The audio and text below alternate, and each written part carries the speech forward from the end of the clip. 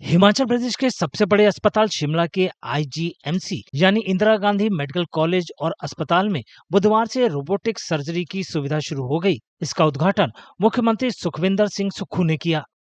राज्य के कई दूसरे सरकारी अस्पतालों में भी ऐसी ही रोबोटिक सर्जरी की सुविधाएं पहले ही शुरू की जा चुकी हैं। इससे मिल रहे नतीजों की वजह से कई और संस्थानों में भी ये सुविधा जल्द ही देखने को मिल सकती है।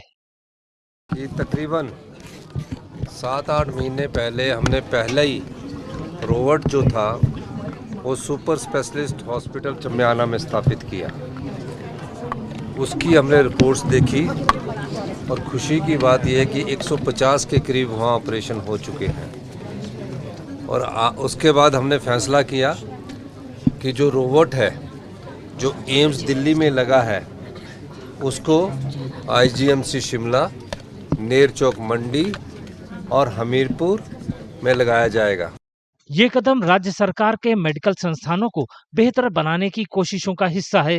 रोबोटिक सर्जरी को आधुनिक स्वास्थ्य देखभाल में अगला कदम माना जाता है। ये मरीजों के ठीक होने का समय कम करने में मदद करती है और एडवांस इलाज को ज्यादा आसान बनाती है।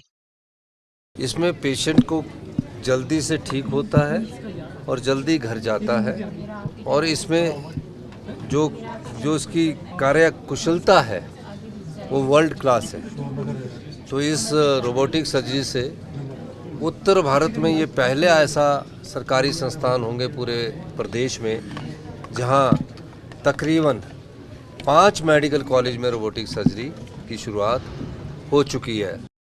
मुख्यमंत्री सुक्खू के मुताबिक रोबोटिक सर्जरी में आमतौर पर लगभग 3 लाख रुपए का खर्च आता है। हालांकि शिमला के आईजीएमसी में सामान्य वार्ड के मरीजों को इस सर्जरी के लिए सिर्फ 30,000 रुपए, जबकि स्पेशल वार्ड लेने वाले मरीजों को 50,000 रुपए देने होंगे।